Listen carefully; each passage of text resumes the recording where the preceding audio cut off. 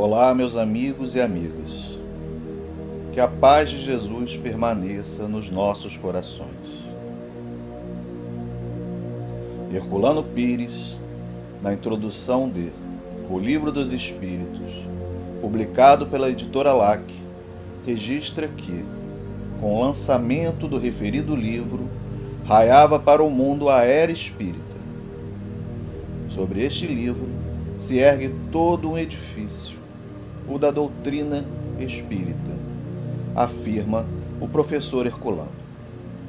O Livro dos Espíritos apresenta 1019 perguntas que nos esclarecem e consolam, constituindo-se em um verdadeiro compêndio filosófico, científico e moral, que responde às questões centrais da humanidade. Quem sou eu? De onde eu vim? E para onde irei depois da morte?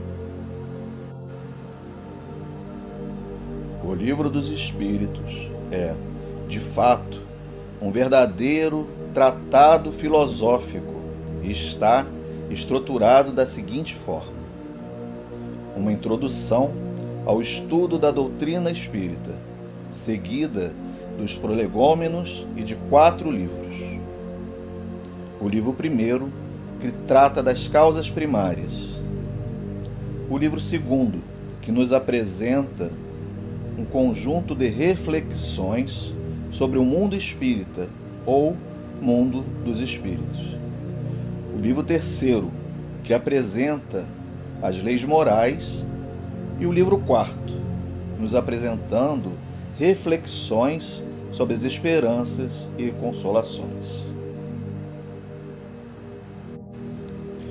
Tratando especialmente das leis morais, Allan Kardec, em seu meticuloso trabalho junto com os espíritos superiores, nos apresenta 11 leis que regem a vida do homem, espírito imortal: a lei divina ou natural, a lei de adoração, a lei do trabalho, a lei da reprodução, a lei de conservação, de destruição, de sociedade, de progresso, a lei de igualdade, de liberdade e, por fim, a lei de justiça, amor e caridade. No que diz respeito à lei de igualdade, Kardec parte de uma questão central. Todos os homens são iguais perante Deus? E os espíritos superiores respondem: sim, todos tendem para o mesmo fim e Deus faz as suas leis para todos. Observemos mais atentamente a resposta dos espíritos. Eles foram categóricos ao afirmarem que somos todos, encarnados e desencarnados, iguais perante Deus. Se a doutrina espírita nos apresenta uma concepção de Deus como Pai infinitamente justo e bom, devemos entender que somos todos iguais e somos todos irmãos, filhos do mesmo Pai.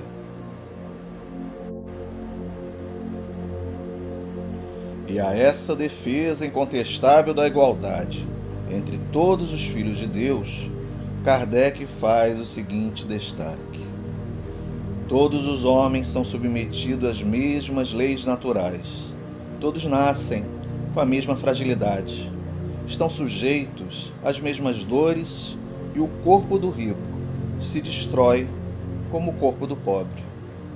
Deus não concedeu, portanto, superioridade natural a nenhum homem, nem pelo nascimento, nem pela morte. Todos são iguais diante dele. Essas afirmativas de Kardec merecem um exame detalhado. Vejamos que Kardec parte da consideração de que a lei de igualdade se manifesta na submissão de todos os homens, espíritos imortais, às leis naturais, sem que Deus atribua superioridade natural a qualquer homem. Então, questionamos: de onde advém a desigualdade? Da afirmativa kardeciana acima apresentada, podemos identificar que a desigualdade entre ricos e pobres é uma desigualdade constitutiva da organização econômica, política e social, construída pelos homens em sua vida de relação.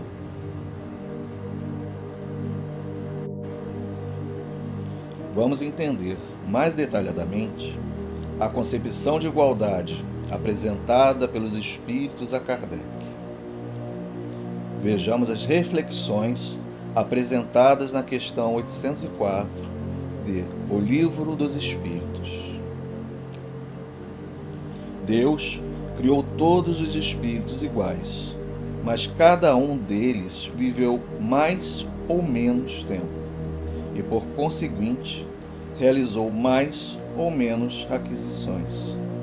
A diferença está no grau de experiência e na vontade, que é o livre-arbítrio. Daí decorre que uns se aperfeiçoem mais rapidamente, o que lhes dá aptidões diversas. Então vejamos: todos os homens, espíritos imortais, são criados iguais. A desigualdade manifesta-se nas aptidões de cada espírito, na veste carnal ou fora da veste carnal. Não se trata de desigualdades econômicas e sociais, mas desigualdade de aptidões. Mas então perguntamos: como essas aptidões são desenvolvidas? Cada espírito, ao longo de sua trajetória evolutiva, a partir do tempo de caminhada intelecto-moral e do uso do seu livre-arbítrio, desenvolverá suas experiências que resultarão em aptidões conquistadas.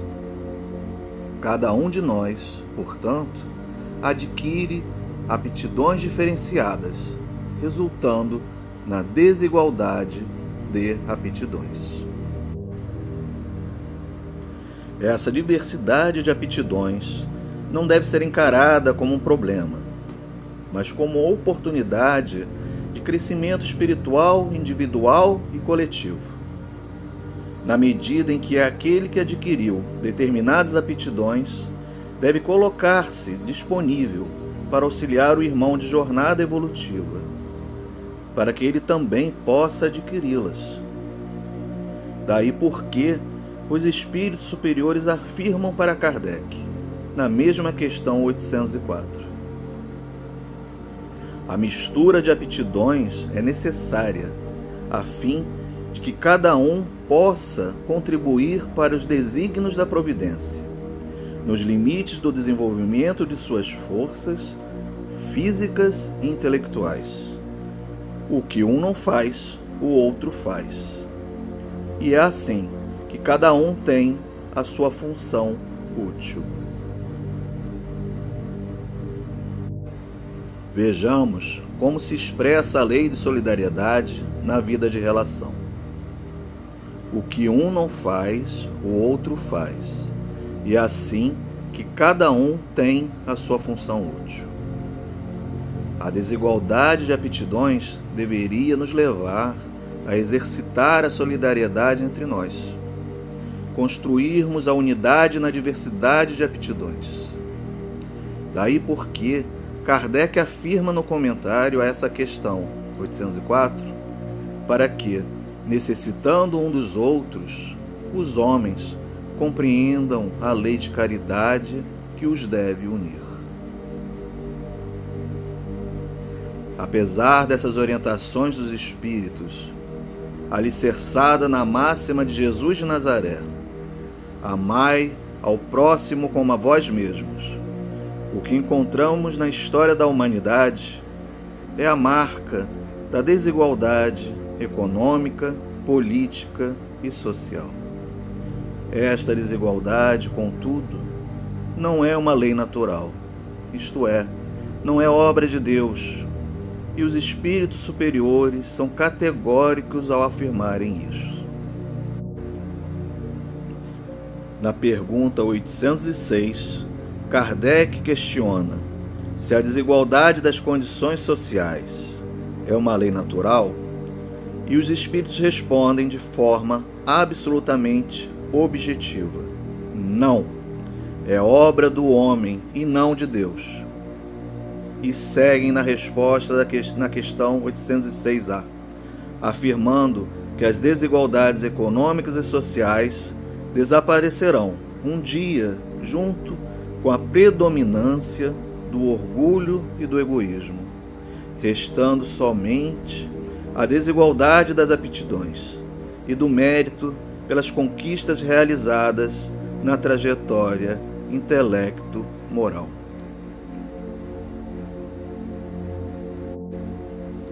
A desigualdade econômica e social alicerçada, por exemplo, nos laços sanguíneos que até hoje diferenciam as famílias nobres das famílias plebeias, desaparecerá porque somos todos parte da mesma família universal, todos filhos de Deus, e saberemos que a pureza não está no sangue real, mas na pureza dos sentimentos, pensamentos e ações inerentes aos espíritos puros, conforme a escala espírita apresentada na questão 100 do Livro dos Espíritos.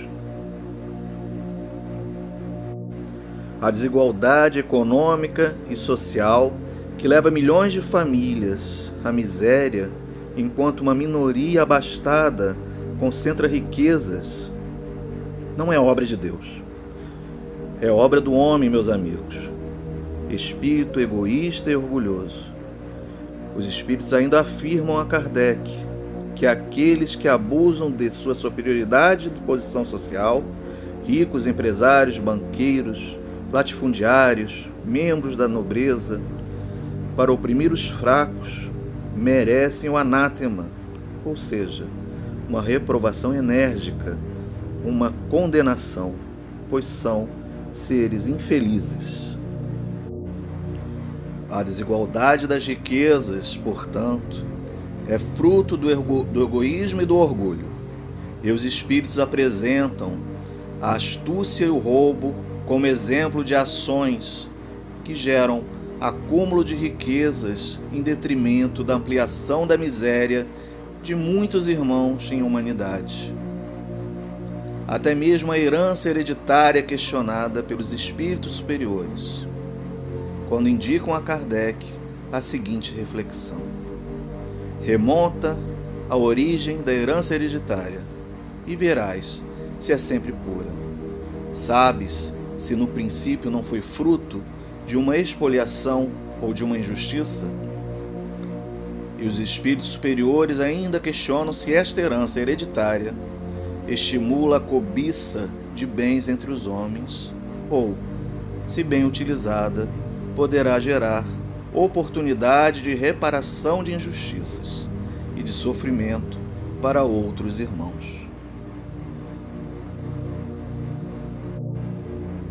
Ainda que os espíritos superiores afirmem na questão 811 que a igualdade absoluta das riquezas não seja possível porque a diversidade das faculdades e dos caracteres se opõe a essa igualdade absoluta, não decorre dessa afirmativa a defesa da concentração das riquezas e da ampliação da miséria. Não decorre daí a defesa das desigualdades sociais. As desigualdades econômicas e sociais têm uma origem, conforme afirmam os espíritos a Kardec na questão 811. A.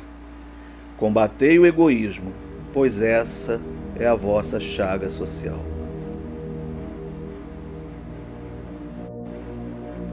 Se a igualdade de riquezas não é possível, pela própria diversidade de aptidões de cada espírito, também não decorre daí que seja possível garantir o bem-estar e a realização do trabalho útil, conforme as aptidões de cada um. Ou seja, se cada homem possui um conjunto de aptidões, realizará o trabalho conforme suas aptidões, e tal realização resultará em bem-estar individual e coletivo. Não haverá fome e miséria para muitos e riqueza e conforto para poucos. Quando este processo poderá acontecer? Os espíritos respondem a Kardec na questão 812A. Os homens se entenderão quando praticarem a lei de justiça. Então vejamos, meus amigos, a lei de igualdade está conjugada à lei de justiça. Somos todos iguais perante Deus, somos todos irmãos, filhos do mesmo Pai, e superando o egoísmo e o orgulho, e, simultaneamente, pautados na lei de justiça, superaremos as desigualdades econômicas e sociais que ainda regem a vida de relação. Vejamos que, mesmo quando Kardec faz referência na questão 813 às pessoas que caem na miséria por sua própria culpa, os espíritos reafirmam que a sociedade deve ser responsabilizada por esta queda na miséria. Ela, a sociedade, é sempre a causa primeira dessas faltas, pois não lhe cabe velar pela educação moral de seus membros. Assim, podemos identificar na educação moral dos espíritos a chave de resposta para o combate tanto do egoísmo e do orgulho dos poderosos, como da irresponsabilidade daqueles que caem na miséria.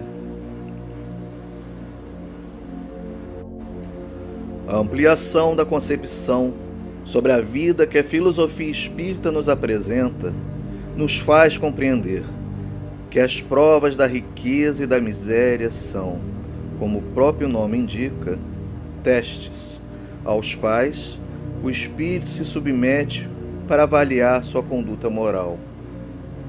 As duas provas são, portanto, desafiadoras, como afirmam os espíritos superiores na questão 815. A miséria provoca a murmuração contra a providência. A riqueza leva a todos os excessos. Se a miséria leva os homens ao desequilíbrio e à revolta, a riqueza leva os homens ao egoísmo insaciável. Se os pobres são testados em sua resignação, os ricos são testados em sua capacidade de compartilhar e ser solidário com o sofrimento dos irmãos e humanidade que jazem na miséria.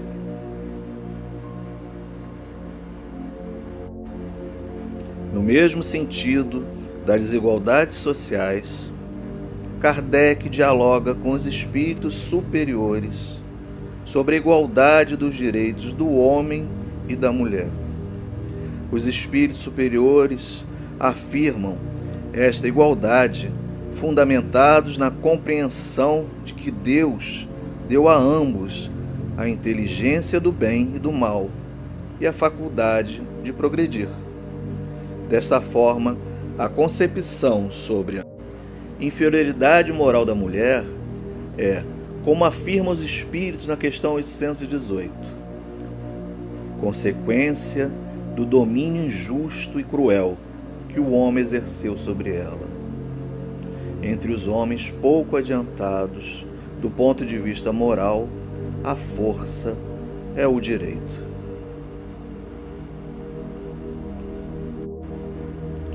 As diferentes características físicas do homem e da mulher são formas de assinalar as funções particulares de cada um na vida de relação, e não a expressão de inferioridade da mulher em relação ao homem.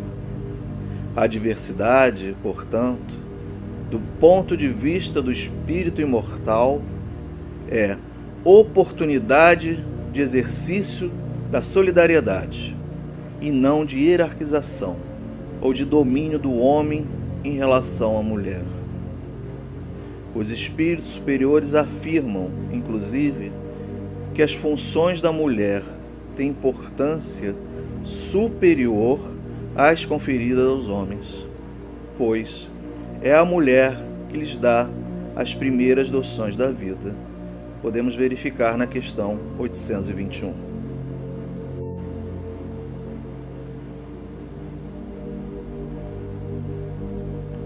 Os espíritos são, dessa forma, bastante claros em relação ao princípio de igualdade de direito entre os homens e as mulheres.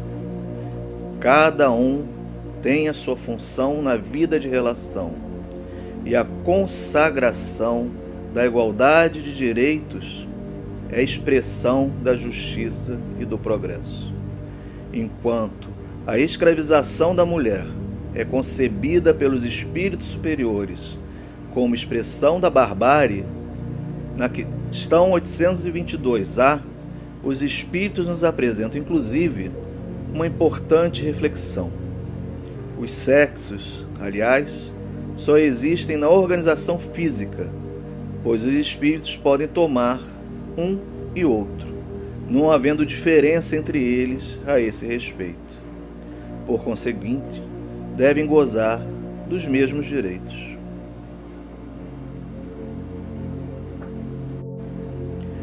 Kardec conclui o diálogo com os espíritos superiores sobre a lei de igualdade, apresentando o tema da igualdade perante o túmulo. Nesse item, os espíritos afirmam que o desejo de perpetuar a própria memória nos momentos fúnebres constitui um derradeiro ato de orgulho, seja do próprio morto ou de sua família. Assim, as homenagens fúnebres, quando homenageiam a memória de um homem de bem, são justas, mas quando se constituem em manifestações de pompa e orgulho, são desnecessárias e inúteis do ponto de vista espiritual.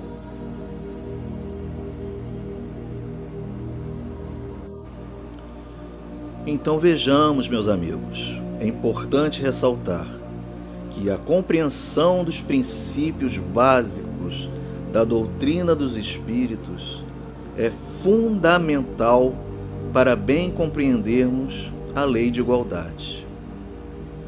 Somos todos espíritos imortais, iguais perante Deus, Pai infinitamente justo e bom. A desigualdade entre os homens, do ponto de vista espiritual, é a desigualdade de aptidões, que é fruto das aquisições de cada espírito em sua jornada evolutiva. A pluralidade das existências faz com que o espírito imortal adquira essas aptidões, ora em um corpo feminino, ora em um corpo masculino, ora como pobre, ora como rico. Se todos os homens tivessem essa compreensão, não haveria desigualdade econômica e social. Não haveria concentração de riqueza para alguns, enquanto a maioria vive na miséria. Não haveria também o abuso da força dos homens em relação às mulheres.